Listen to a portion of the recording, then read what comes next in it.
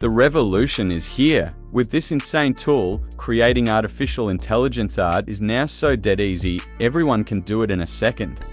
I will show you how to create amazing pictures without any knowledge of prompting. If you already know how to prompt, this video will bring your prompting to the next level. The tool I am talking about is called the Midjourney prompt tool. The link to the official homepage is in the description. So how do you use the Midjourney prompt helper tool? First, visit the homepage. It should look something like this. Type in the Midjourney prompt helper whatever object you want to generate.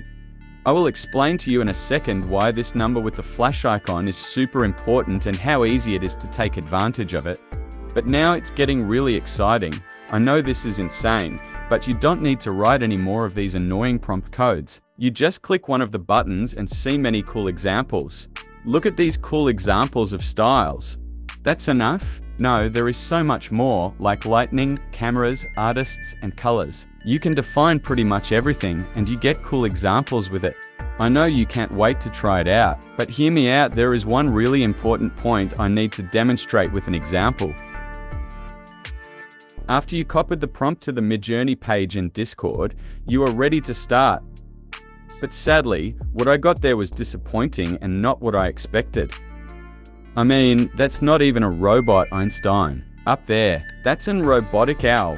So I went back to the Midjourney prompt helper tool and made the intensity of my object stronger. I turned it from 1 to 3.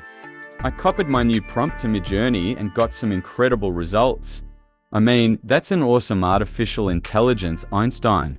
So, in a second, I will give you my final rating of the Midjourney prompt helper tool. Stick to the end of the video and I will recommend 2 more easy tools to bring your pictures fully up to expert level.